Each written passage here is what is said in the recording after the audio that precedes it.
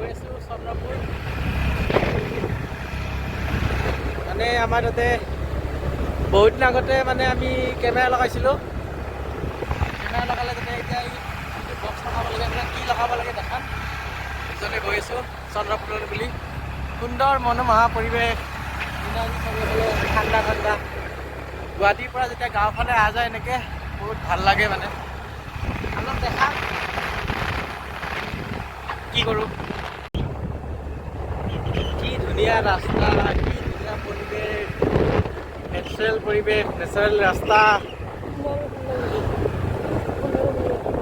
এয়া চাওক সোণাৰু কিমান ধুনীয়াকৈ ফুলি আছে। সোণাৰু আমি গৈ আছোঁ চন্দ্ৰপুৰ। মজা আৰু এনেকুৱা জেগাত যদি এটা ঘৰ বনাই কিনে এটা অট্টালিকা বনাব পাৰিলোঁ হয়, এনেকুৱা জেগাত কি ধুনীয়া লাগিলে। আমি কেতিয়া পাৰিম এইবিলাক সপোন সপোন হৈয়ে থাকিব, আমি নোৱাৰিম কেতিয়াও। মানে মোৰ এটা সপোন, এনেকুৱা ৰাস্তাৰ ওচৰত মই এটা প্লট কিনি তাতে এটা মই ধুনীয়া বিল্ডিং বনাম, কিন্তু এইটো সপোন চাগে মোৰ সপোন হৈয়ে থাকিব। এই ঘৰটোতে আমি কেমেৰা লগাইছিলোঁ কেইদিনমান আগতে। এতিয়া আমি ইয়াতে ৰেক লগাব আহিছোঁ। এই ৰেকটো আমাৰ ইয়াতে ফিটিং হ'ব আৰু।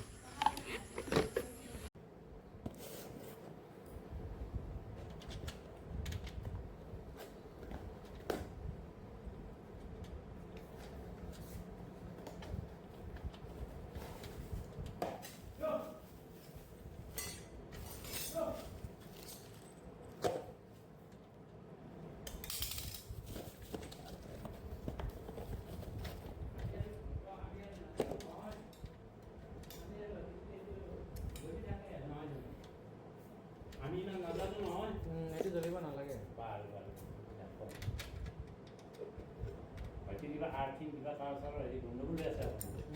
আৰ্থিঙৰে প্ৰব্লেম মানে আৰ্থিঙেদি কাৰেণ্ট আহি আছে অলপ চলপ, সেইকাৰণে।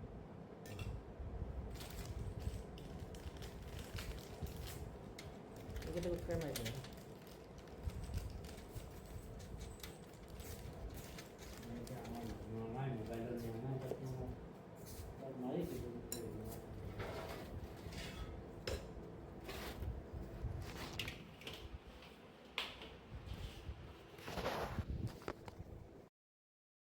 প্ৰথমে কি হৈছিলে, সিহঁতৰ গোটেইখিনি বস্তু আমি টেবুল এখনত ৰাখিছিলোঁ। পিছত কি ক'লে, সিহঁতৰ সৰু বাচ্ছা আছে আৰু সেইকাৰণে ক'লে যে গোটেইখিনি ৱালত আৰু এটা ৰেক দি কিনে গোটেইখিনি আমি ফিটিং কৰি দিব লাগে।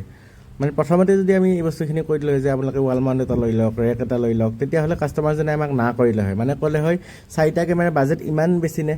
কিন্তু যদি এই গোটেইখিনি বস্তু লৈ লোৱা হয় নহয়, তেতিয়া বাজেটটো অট'মেটিকেলি বাঢ়ি যায় আৰু কামটো ধুনীয়াকৈ ডিচিপ্লিন হয়। আৰু আমি সেইকাৰণে কাষ্টমাৰক এইখিনি ক'বৰ কাৰণে যত্ন কৰোঁ, কিন্তু কাষ্টমাৰে বুজি নাপায়। 4টা কেমেৰা অমুকে ইমান টকা দি আছে, তোমালোকক ইমান বেছি লাগে নাই। সেইকাৰণে আমি প্ৰথমতে ইমান বেছি বুজাব চেষ্টা নকৰোঁ। বেছি বুজাই থাকিলে কাষ্টমাৰজনো গুচি যায় আৰু আমাৰো কামটো হাতৰ পৰা গুচি যায়। সেইকাৰণে পিছত যি হয়, পিছত প্ৰব্লেম যেতিয়া হয় তেতিয়া আমি চলিউশ্যনটো দিওঁ আৰু তেতিয়া আৰু সিহঁতে নিজে নিজে লগাই লয় গোটেই বস্তুখিনি।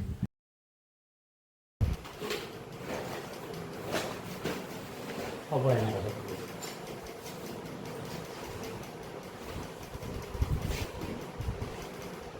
যিটো কামৰ কাৰণে আমি আজি ডাবুল আহিব লগা হৈছে, সেই গুৱাহাটীৰ পৰা আমি মায়ঙলৈকে, আৰু কাষ্টমাৰো ধৰক অলপ হ'লেও টকা বেছি গৈছে। মানে এই কামটো আমি সেইদিনাই কৰিব পাৰিলোঁ হয়, কিন্তু আমাৰ মেইন প্ৰব্লেমটো কি হয়, যদিহে আমি একেলগে কৈ দিওঁ মানে এনেকুৱা ৰেক লৈ লওক, বস্তুখিনি ৱালত লওক, ৰেক লৈ মানে এই বস্তুবোৰ প্ৰথমতে সিহঁতে বুজি নাপায়। যেতিয়া অসুবিধাৰ সন্মুখীন হয় গোটেইখিনি, তেতিয়াহে বুজি পোৱা যায় মানে সিহঁতৰ প্ৰব্লেমটো ক'ত আছে। সেই এনেকৈ মানে সিহঁতৰো পইচা বেছি যায় আৰু আমাৰো অলপ কষ্টখিনি বেছি হয়। আৰু এইখিনি কাষ্টমাৰে বুজি পালে অলপ ভাল হয়।